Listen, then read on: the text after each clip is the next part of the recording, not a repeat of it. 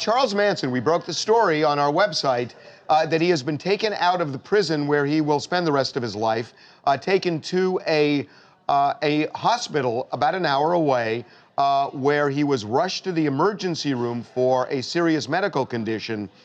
And we are being told by the people who called us initially about this what this might be. It looks like, based on what we're hearing, at least from the sources who had initially told us about this, that he's having some kind of gastrointestinal problem, but it's something serious enough that they couldn't treat it at the facility at the Corcoran State Prison. They do have a full medical facility there, but this required some kind of emergency care. They took him under guard to this hospital. And Harvey, the heavy guard, I would imagine. Right, a heavy guard, and where he's taken is actually an hour away from the prison, so it's something serious.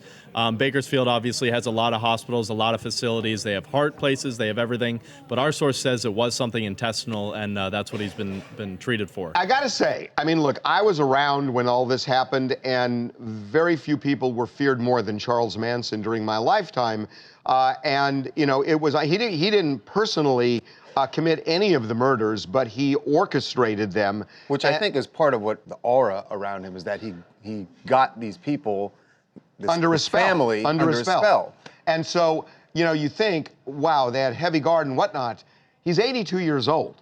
and look, I'm not trying to make light of this at all. I know what you're saying. But he's 82 years old. You kind of feel like, how dangerous could he be? Right. But yeah, but I mean, what you just said earlier was that he wasn't the person. Orchestrated, he orchestrated them. So you might say that maybe the mental sharpness that he had, or the manipulation ability that he had, maybe that hasn't dissipated over the years. And the people that are afraid that, you know, he might be able to turn one or two guys or something like that. And also, it's got to be, think about the people in the hospital when they have to admit Charles Manson, when they're bringing him in, like, it's got to be scary for them. I mean, obviously, they're professionals, they have jobs that they will do, but that's got to be scary. That you walk into work one day and the person that you're now treating is Charles Manson. I know what you're saying. And I'm not saying, is it scary or is it more scary or more fascinating? It depends on what kind of crazy person you are. Yeah. Yeah, like because to most people, they'll be scared of a guy who's accused. He's 82. So what? Still, but Harvey, put up the photo. Put up I know, but again, even a photo of him today.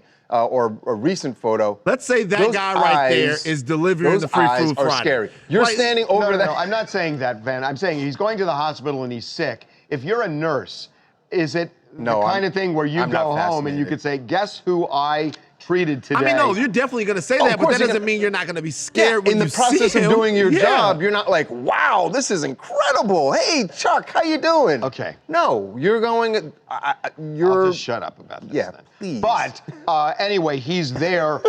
They're obviously going to take him back to the facility. We don't know how serious, but we know it's serious enough that he was taken to the emergency room. So this wasn't like this wasn't a scheduled type of a surgery or anything like that. He was taken to the emergency room, and he's been there for at least a day now. So whatever it is somewhat serious.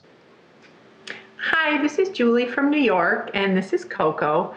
I think it's amazing that people are still so fascinated with Charles Manson and his story. I mean, it happened so many years ago. I almost think it's the same thing that makes us want to look over at a car crash on the freeway, even though we know we shouldn't be looking, we can't help but look. I can tell you I would not want to be his doctor.